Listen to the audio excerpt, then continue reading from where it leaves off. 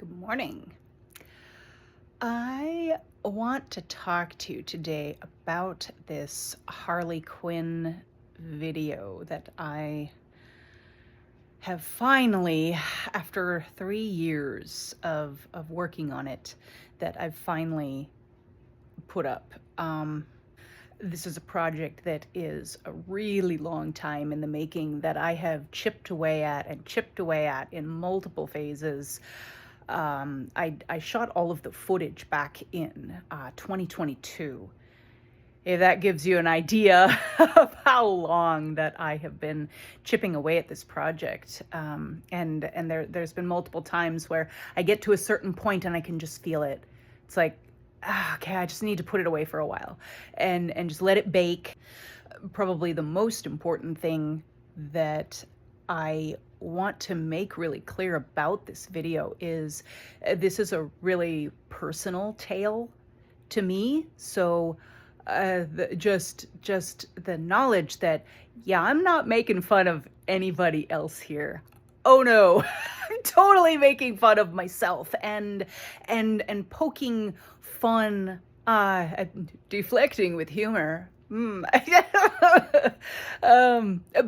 not actually deflecting. Facing these really sore spots in me with humor and through humor, because it's definitely one of those places where if if I don't poke fun at this shit, the alternative is and I do the alternative, and that's actually kind of part of why I made this video is because this is one that I really need to approach from all the different angles, from grief, from anger, from even rage. There's rage in this story, and this isn't just 100% my story. It is also the story of how I lost my mom when, by the time that I was 14, yeah, I didn't understand what was happening with her. None of us did. She just kept getting told by her doctors that, well, it's just all in your head. You just have a chemical imbalance. And the things they did to my mother with these fucking prescriptions, between the actual things that were going on with her that didn't get diagnosed for decades. I mean, decades of her searching and searching and searching and trying to fix herself.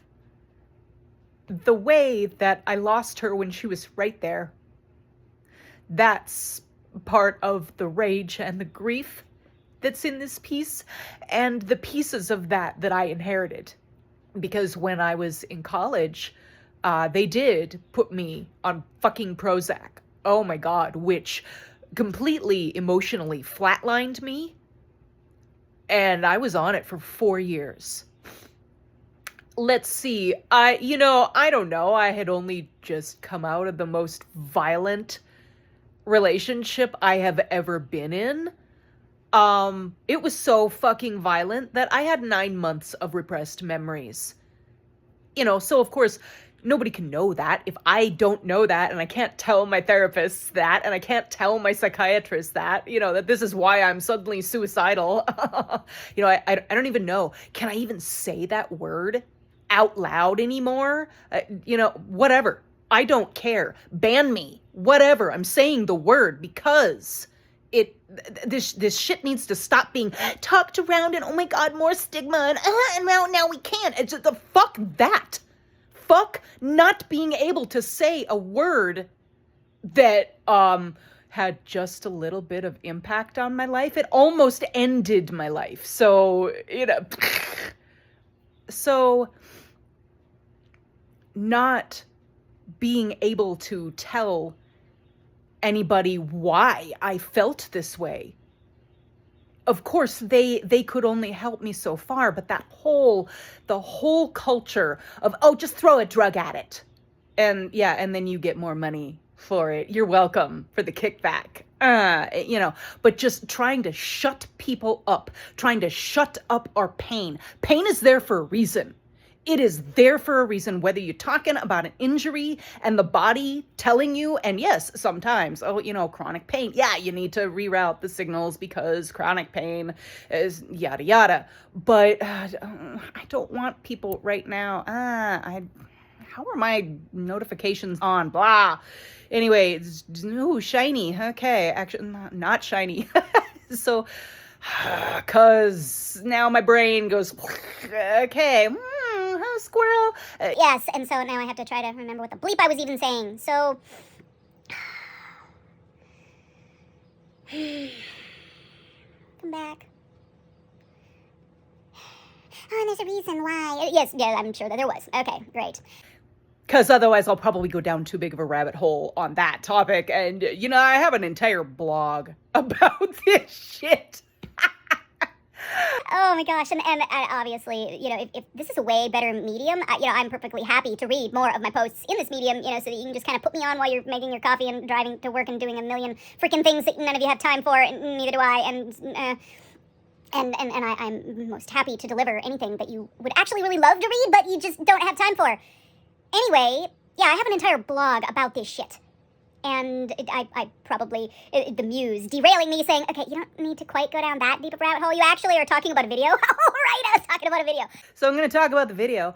So this video is partly my grief over my mom's journey with antidepressants, with self-help books, with, the journey to fix herself, and never feeling like she could ever get there. And until finally, in the last years of her life, she just finally said, fuck it. Fuck this. You know what? Fuck it. And it was so late in her journey that there was still so much doubt. My God, the books that has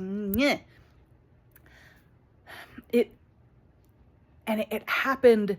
Okay. Notifications off, fuffa. Oh my gosh.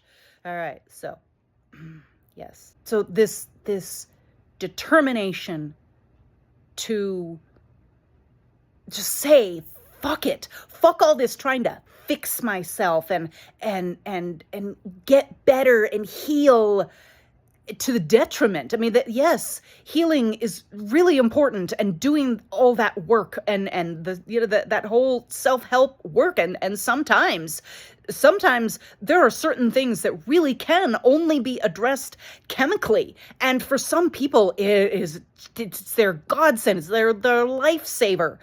That was not the case with my mom and me, because so much of what was going on with us, there was nothing actually wrong with us.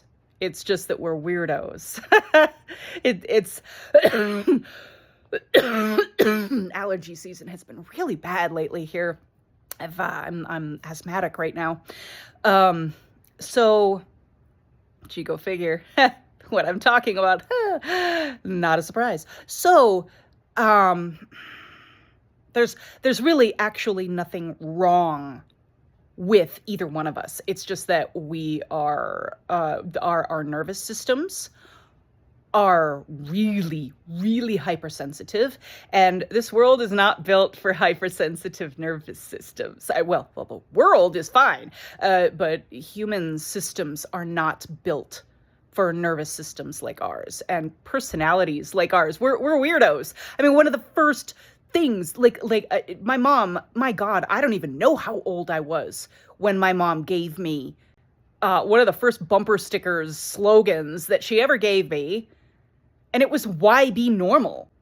Because, that's just us. And so a lot of these things, it's not just that I inherited the ways of coping that she had and that I learned from her and my dad and society and everybody else, but really, really from her. She was a huge, huge influence. She stayed home with me until I was 5. And then through my earliest years, we were really, really close until everything just started weighing on her too much, and everything fell apart. And then so did her body. And a lot of that antidepressant journey, what they didn't know is she had Crohn's disease. And now in the latest years of hers, they're suddenly not even sure if that's what was going on. And that's actually what she had. And I know, it's why they call it practicing medicine. And, and they can only know what they know. And it's all a big journey, and we're kind of their guinea pigs, and, that's fine. But what it means is the way these drugs and this need, this societal pressure to fix herself,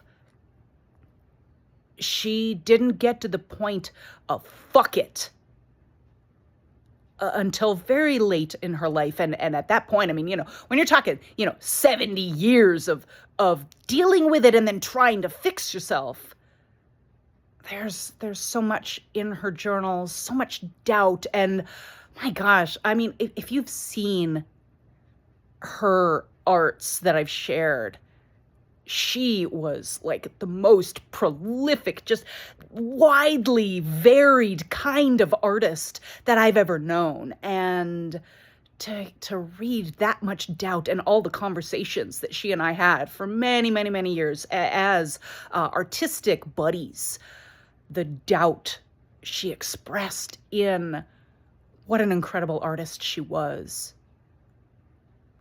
that just always broke my heart, and it still breaks my heart to read, and knowing that the mental health profession, the entire gamut of psych world and neuro world, really, for that matter, and the medical everything, all the different ways and the different kinds of doctors that, diagnosed her basically with hysterical female syndrome, watching this and being so angry about the loss of this vibrant, athletic, amazing, just going everywhere, doing everything woman, and to see this chipping away of her really impacted who I became as a result. And I went kind of the opposite way after my own little stint with fucking Prozac. It was 4 years in, and all of a sudden I realized, okay, yeah, I don't have these super big lows anymore, but I also don't have any big highs anymore. And I just that moment in that video, that is, that's how I felt, was just emotionally flatlined and just not really all there, and that I was not seeing in full color. Apparently I see in a pretty pretty thick color spectrum that apparently not everybody does. I'm like, oh, that's not normal? Okay, cool. And I'm a color addict. Just come into my house and you'll see it. Look at what I'm wearing. I'm a color addict. I'm just like, it's one of my drugs. Oh gosh, here we go again. So don't make me laugh right now because I'm asthmatic. But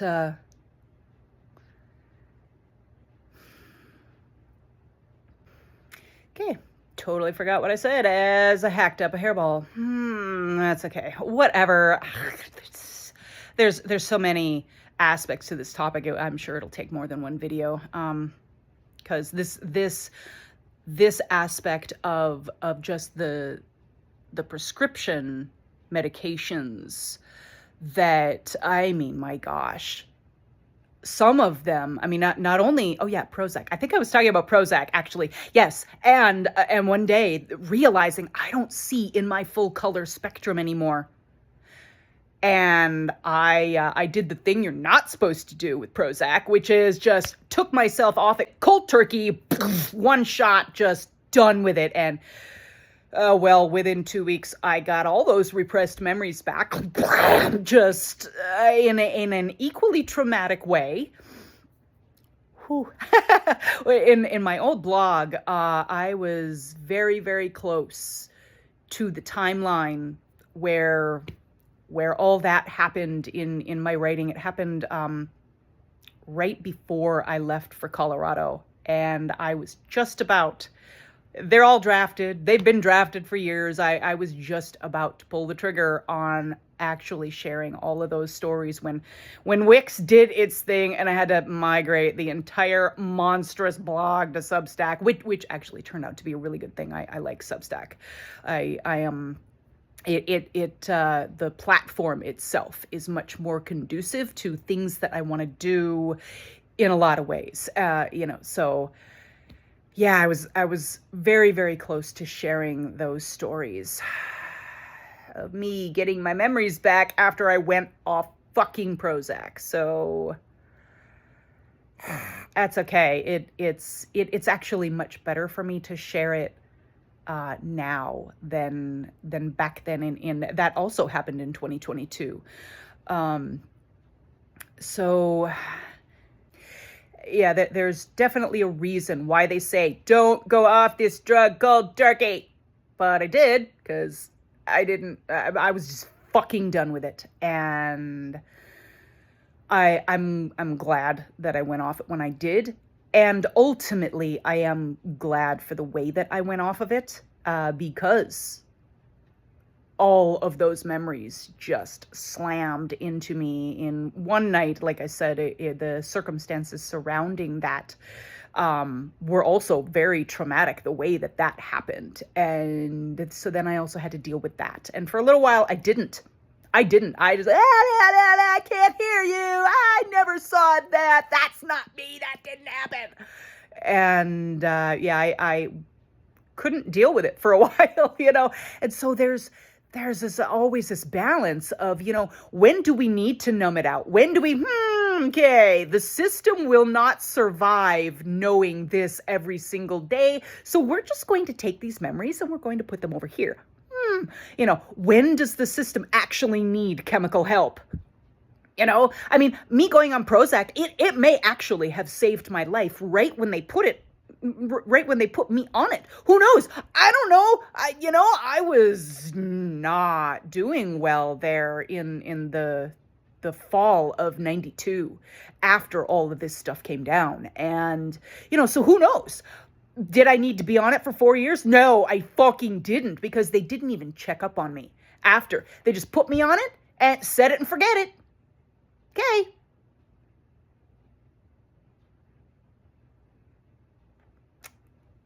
That's all I have to say about that. Okay, maybe I have one more thing to say about it. But, yeah, that's not cool.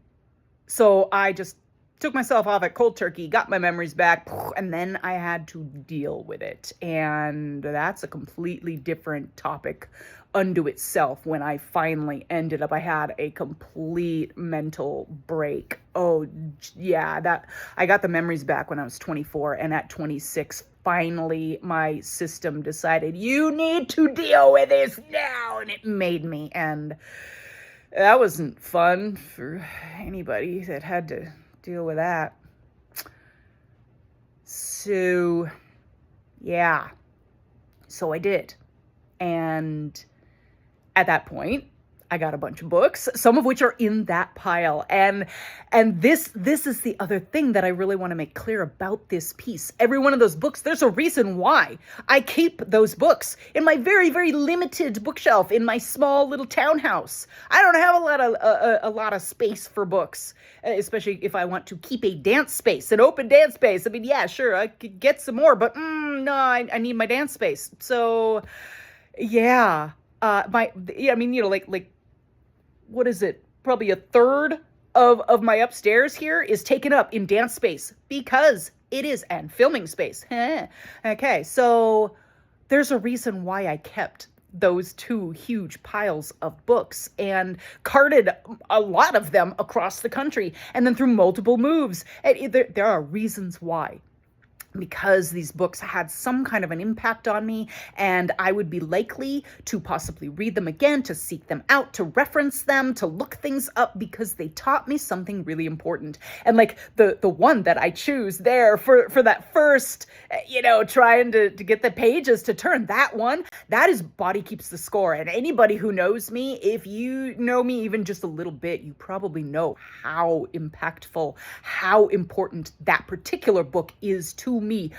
I reference that one all the freaking time, and I could go off about The Body Keeps the Score, and I'm sure I will. I do all the time in my freaking blog, and I can here too. We can talk about that, but yeah, there's a reason why I picked that book, because it is so important to me, and so that is one of the ways in which I'm telling you, I'm not making fun of anybody that needs these books. I fucking need these books. I need this knowledge. My God, it has in some ways saved my life, these things. My whole study into the kind of spirituality that works for me, the kinds of self-defense that I needed, from the psychological and emotional all the way into the physical, every aspect of self-defense and survival and protection and boundaries and things like that I needed so desperately and deeply. These books are very important to me. And so putting them in there and choosing The Body Keeps the Score in particular, after that, I just, I picked from the other pile the book, well, honestly, that matched my outfit. That's why I picked that one. But Body Keeps the Score was a very, very particular artistic and sticking it to the point choice to, because anybody that knows me knows that book is very, very precious to me. Well, then you shouldn't have thrown it. Oh my God, you threw it. Yes, I fucking did, because it's mine. And because this is your cue to understand that, yes, I'm approaching this thing from dark, dark humor. I mean, those of us that go through brain injury, period. If you live with a chronic brain injury, not just a concussion. Oh, I had a concussion for a while. It was really hard, and then it healed. And now I'm all better. Hashtag all better. You noticed that in the cabinet, didn't you? Hashtag all better drug. I'm going to shove that in my hand because that's so important, especially in TBI land. I could go off about all better and TBI. All better and any of this shit. Oh my, all the NeuroSpicy everything making me all better. This cure to this attempt to cure myself. Oh, we need to cure these. No, actually you don't. If the world was actually set up for somebody like me, it would actually only be my superpower. Okay, it wouldn't only be my superpower, even if the world was set up for me, because it is a double-edged sword. It really is a double-edged sword. It is absolutely my superpowers, and at the same time, it's my freaking Achilles heels, and it's probably by design. As I hack up another hairball. Switch hands. Yes, because I need my diamonds. Because Harley, and yes, if you didn't notice, I am in my Daddy's Little Monster t-shirts now that I actually have this particular costume. Yes, when I filmed this dance, I did not have this costume. I had a couple of the bits. I had the choker and the big spiky bracelets that I will stab myself in if I'm not careful, which is why I don't dance in them.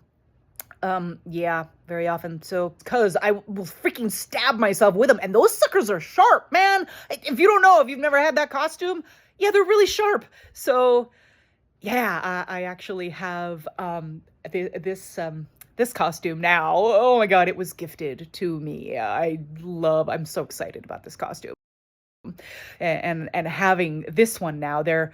After finishing this dance, yeah, there are other Harley dances that are going to need to come into existence. Yes.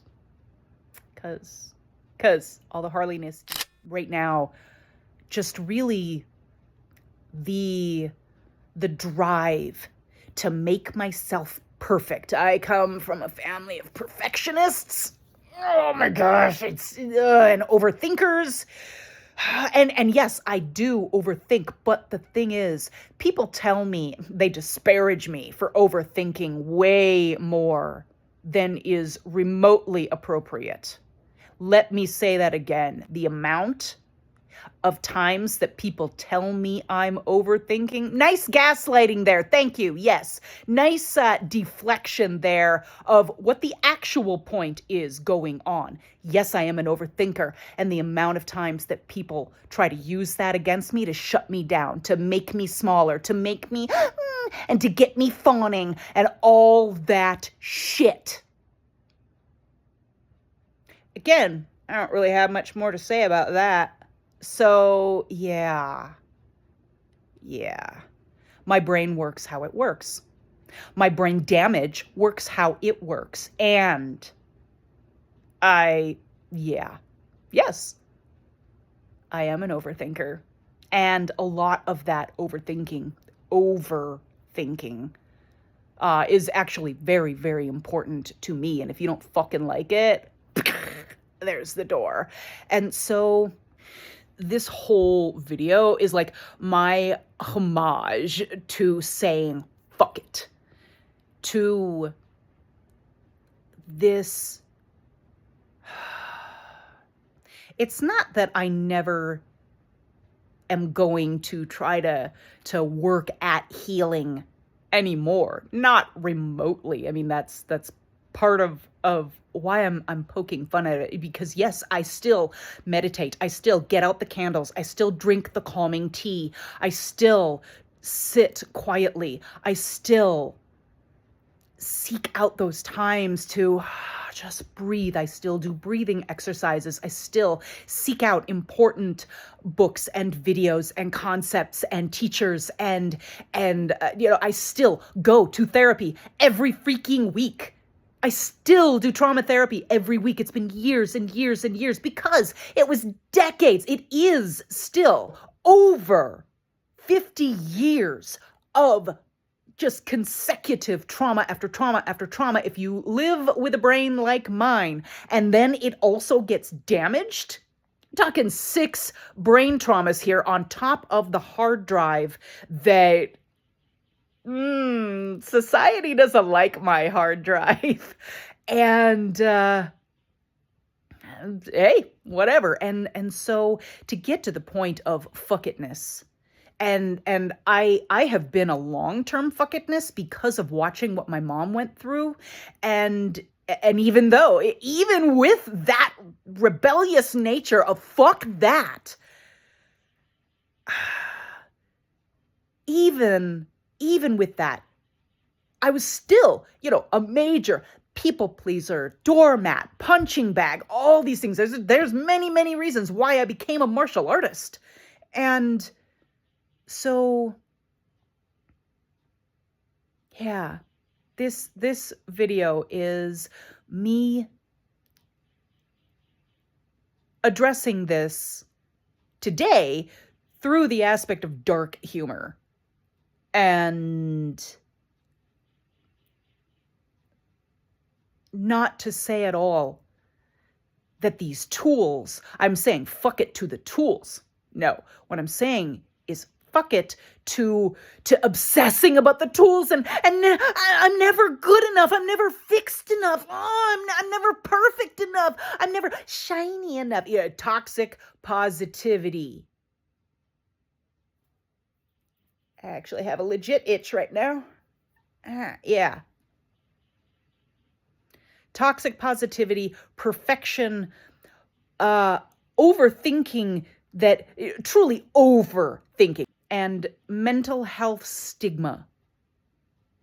The stigma around certain aspects of neurodivergence, the stigma around any sort of mental health conditions, anxiety, depression, any kind of obsessiveness. I have a lot of obsessiveness, man. Have you ever seen me practice anything that I'm like really trying to hone? Yeah. Have you ever seen me actually work and do these things and make videos like this, do this dance thing, writing thing, it's all my stuff? Have you ever, there's a lot of obsessiveness, and I don't fucking care, man. That's not anything that I want to change about myself. So, yeah.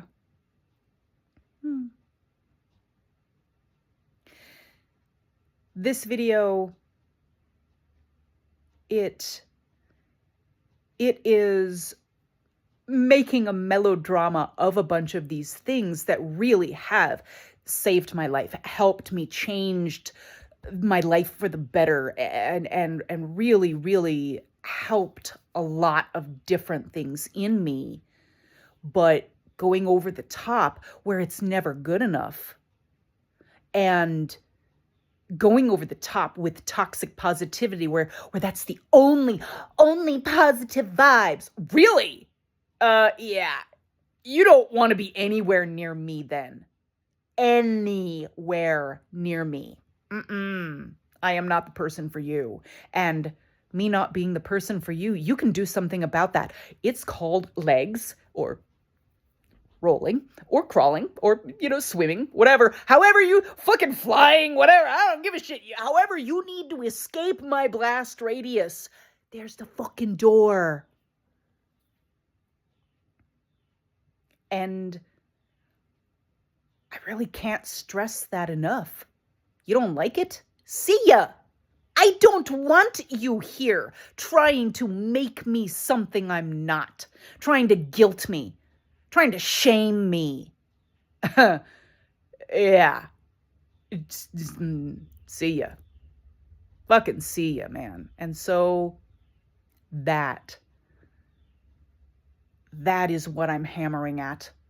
Not the people that truly need these kinds of prescription medications and that they save their life.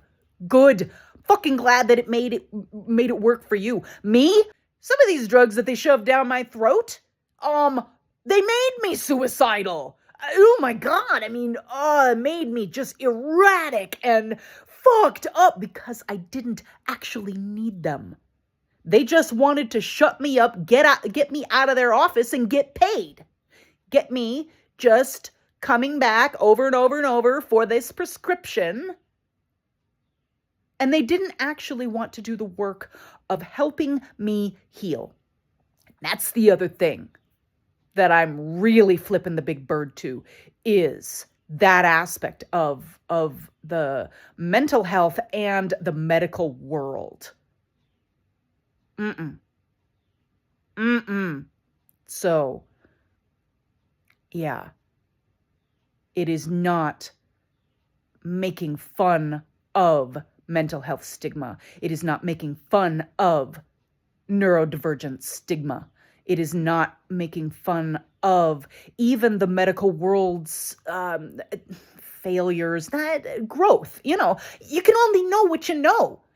And so much of this stuff, it's new. We're babies with a lot of this stuff because, I don't know, because we decided that ancient medicine was, dumb and uncouth and barbaric, and, we wanted shit that these really, really wise people had. So we just fucking took it and we annihilated them and lost access to really fucking important medicine. Fucking medicine.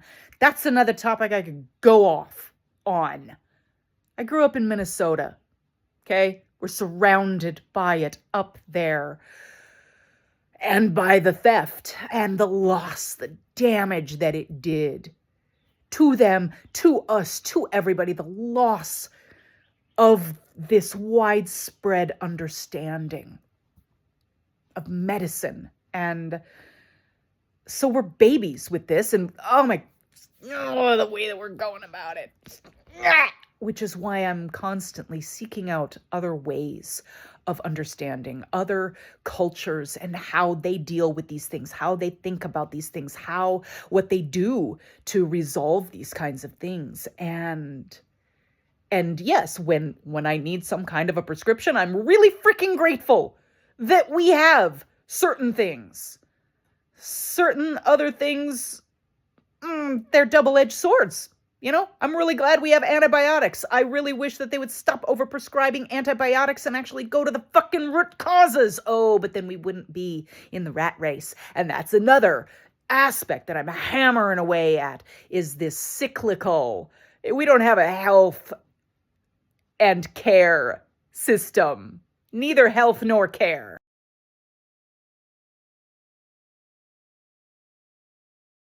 No, what we've got is this, and greed, and addiction, and making sheeple. Getting us so fucking focused. Oh, look at the birdie. Oh my God. Am I good enough? Am I pretty enough? Oh my God. And all that shit. And then keeping us just healthy enough to keep consuming.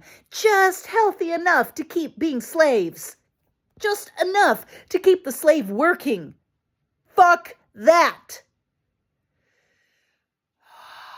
So many things are in this video. So many things dear to my heart are in this video. And that's always been the way that I communicated things I don't have the words for yet, or that words can't fucking suffice to express what I feel and what I think, these huge concepts, trying to get them out into the piddliness of words. That's where dance comes in. That's where imagery and music and art comes in for me to express these things, because they really, really are important to me, and words can only take me so far with them. So yeah, a lot of times back when I was very, very afraid to just fully and truly be everything that I am. I mean, people look at me, oh my God, you're so free. You're so expressive. You're just so brave. You're fearless. You're funny. First off, I am never fearless. I do it anyway.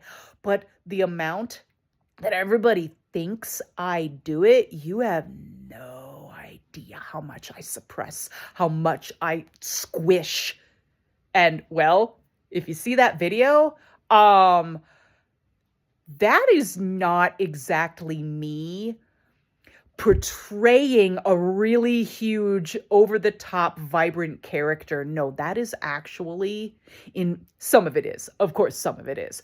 A bunch of it, though, is actually introducing the full spectrum aspects of me that I constantly fucking hide just to simply exist in the world. Oh my gosh. You have no idea how much of my volume, how much of my animation, how much of my vibrancy, how much of my rubber cartoon face that I suppress simply to exist in the world. You have no idea. No idea.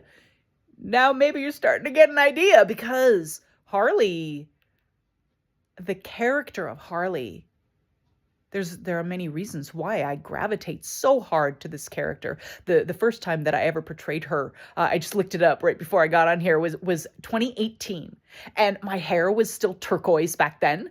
And so I just whipped it together. I found the dress. I think the dress is actually like maybe one of those like lingerie kind of, cosplay lingerie sexy girl kind of dresses. I think it's like maybe like a Queen of Hearts kind of costume actually is what it is. But I found it at the thrift store after Suicide Squad had come out, and I saw it and I went, oh my gosh, I could actually be Harley Quinn good enough. Good enough.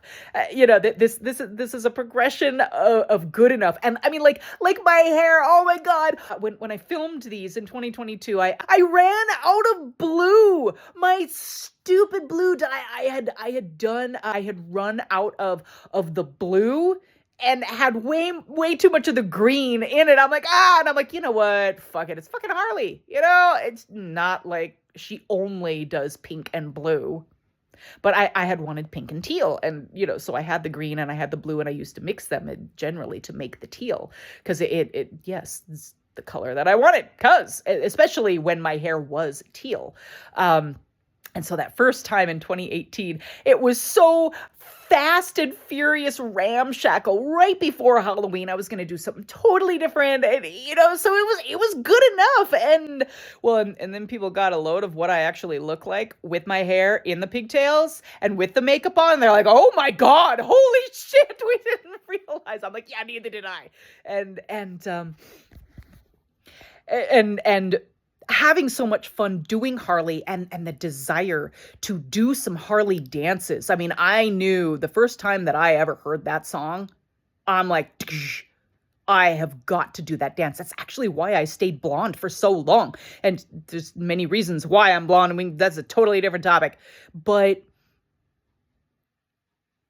this dress and my makeshift hair, whatever. And my mom got me the choker and the bracelets and some of the other little accoutrements to go with this dress that I found at the thrift store for, like $4, man. It was Halloween season. It was all on sale. And so I got this dress so that I could actually be Harley, and starting to play with her. Oh, the more that I played with her, I'm like, oh my goodness. And just finding and reclaiming so many aspects of myself that I've buried for so long, and giving myself permission to be as I am, giving myself permission to stop trying to fix so many things that are wrong with me. And yes, there are absolutely things that need to be addressed, issues that really damage me and fuck up my relationships and halt my life and derail me and do, especially the ones that ever hurt anyone else. Yes, absolutely. I work my fucking ass off to address these things, but the concept of it never being good enough, the concept of it. And no, I won't ever feel like I'm good enough. There was a saying in karate. I'm trying to remember what it was. Always something, never satisfied. Always content, never satisfied. I think it was something like that. And which means, yes, what I'm doing today, the work that I've already put in, where I'm at, yeah, it's good enough. But I'm never satisfied with just riding my laurels. Oh, okay, well, cool, I did that therapy thing and, now I'm good. Yeah, with the level and multiple types of trauma that I've had. I mean, I do go through phases where I need a break. Absolutely need a break. And I need to let things like EMDR. My God, EMDR. Whoo, that thing has ripples still. To this day, there are things that are still rewiring from EMDR. I did that for 2 years straight. Actually in around the time frame when I really got into Harley Quinn, if I think about it. Yeah, and so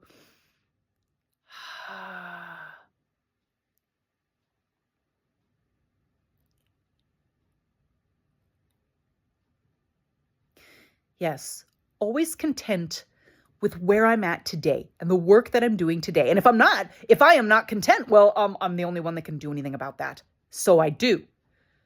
Unless I'm really freaking tired, or unless my brains are collapsing and I physically can't, I neurologically can't, or whatever, for whatever reason.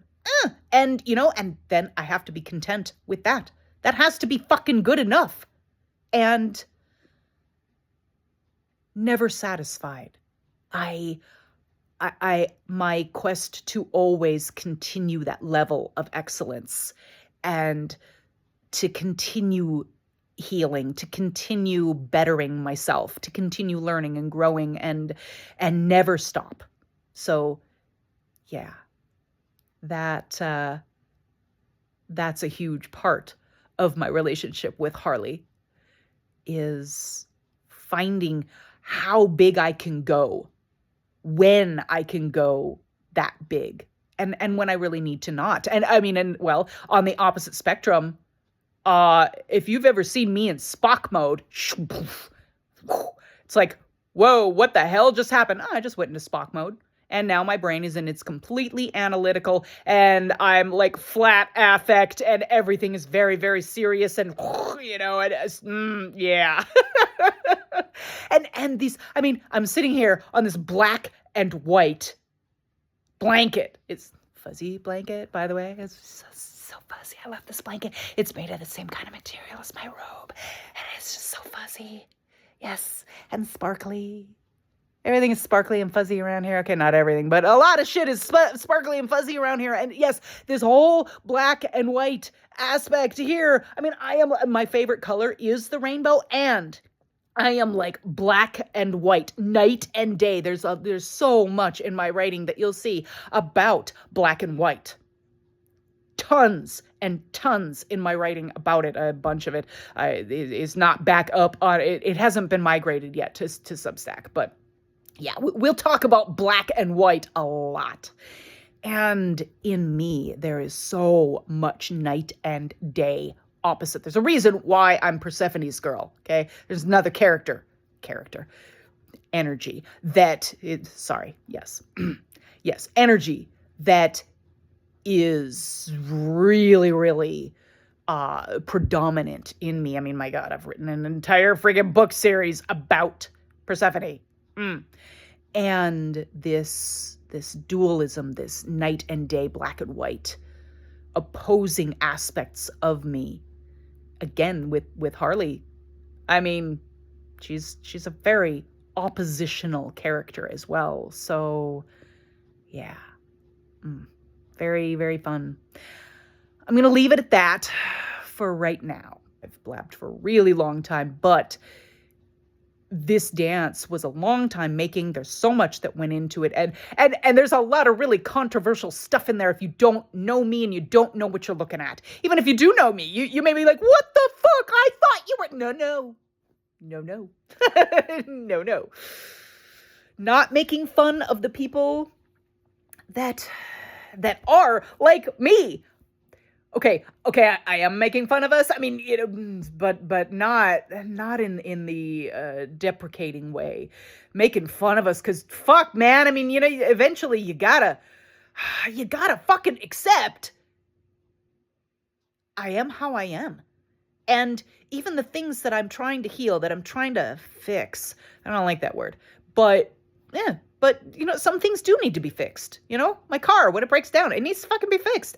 I break down and I need to be fixed. But there comes a point where fixing becomes unhealthy. And that's the thing that I am making fun of in myself. Because I swing too far, because I have a little bit of a personality. Okay, slightly big in things that I do. I don't do a lot halfway. So, yes, I hope this dance, if nothing else, entertains the hell out of you. If it annoys the fuck out of you, scroll on. That's fine. Yeah, I don't blame you. Really? Yeah, it's a little big. It's a little much. It's a little much. Yeah. And if it speaks things that you've needed to say, if it's a way of, oh my God, that's it. That's what I wanted to say.